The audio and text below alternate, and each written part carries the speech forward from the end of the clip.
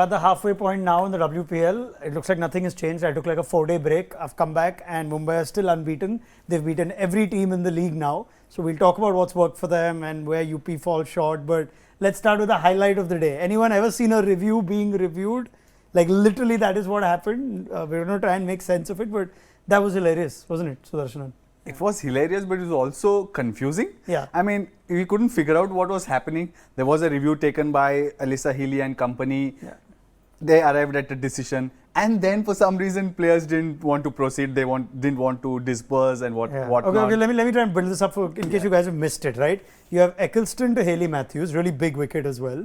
It's a full ball that they've gone up for the LBW. It's like pad bat together, and it looked like a bit of a laugh because it looked like it smashed Hayley Matthews' bat and nothing else. So UP Warriors take the review. Goes upstairs. Initially on the first replay when it's shown to be straight off the bat, everyone's gone back to their position. Commentators are making fun of the ludicrousness of the review. Then on side on Ultra Edge, it looks like there's part of the shoe that's been hit, which makes the umpire then go to ball tracker, and it's 3 reds. Hayley Matthews doesn't walk. She stays there. And Alyssa Healy and Sophie Eccleston and UP are sort of celebrating, but at the same time apologizing. It's a nice friendly chat. Yeah. And the umpires turned the decision, right? He's overturned the decision. Then while Hayley Matthews is like finally started walking, the umpire starts reviewing it again, like on their own. So clearly this has to be that the pictures were wrong. I think that the TV umpire said something to those lines, and so did Anjum Chopra, who we can never disagree with.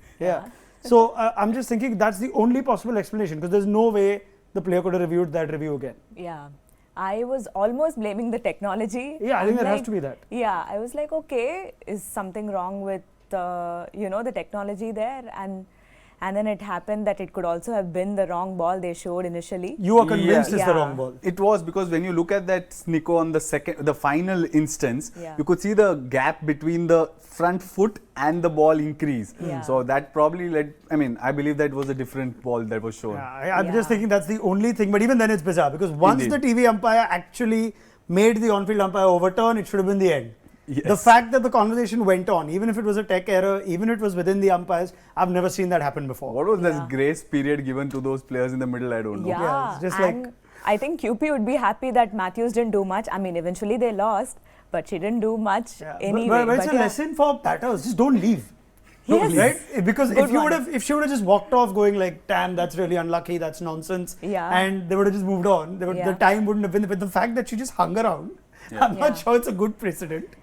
But bizarre thing. Anyway, that's not to take away from Mumbai the fact that they were clearly the better team, even though UP were unlucky. I mean, Alyssa Healy pointed that out, that there was moments of luck that didn't go their way. Yeah, I think a few like drop chances and a few tough chances as well. Bales being hit and lighting up and not falling off.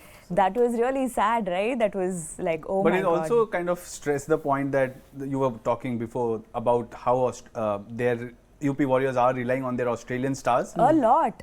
If you see so far in the tournament, that's been their story. It's either been Alyssa Healy or Talia McGrath and Grace Harris.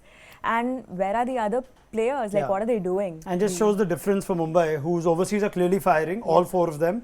But they have enough Indians firing as well. So between Harman, Yastika, Vastrakaran, Saika, you've got like 8 players firing, because the overseas are fired in almost every game. But UP, on the other hand, are just relying on their overseas. Once they get out, as we saw today, they just struggle to have the finishing touches on that game. And I guess since the big turning point of the first innings came from Saika Ishaq, let's talk about her again. I mean, this is clearly, if anyone deserves a cap straight off the WPL for India, but looking at Saika here. Indeed, and the beauty about that is she isn't a mystery spinner to kind of succeed the way she has. She's had all the big names dismissed, and it's also coincided with the fact that Rajeshwari Gaikwad, Radha Yadav's consistency and performances for India have been on the decline. And even Rajeshwari Gaikwad did well today, but in the tournament she kind of took time. Soft, cold. She's not had a big impact. Saika, and we saw both spinners in action in the same game. And today was different for Saika. She went expensive, 20 odd, 30 odd? Healy took her apart, but then to show character, come back and strike in terms of picking up both McGrath and strike. I mean, that is just out of the world. And she's been the story of the tournament so far, according to me. She's absolutely showed that she can do it. And this is like a very high pressure sort of a situation. And like you said, all the names she's taken, all the big names she's taken out, and that is what we are looking for, like stories like these. Like I think I told this in the previous video as well, but these are the stories we love to hear about. Yeah, I mean, Saika's got what? Lanning, Shafali, Jemima. Today she got Healy and McGrath. She's added a few more.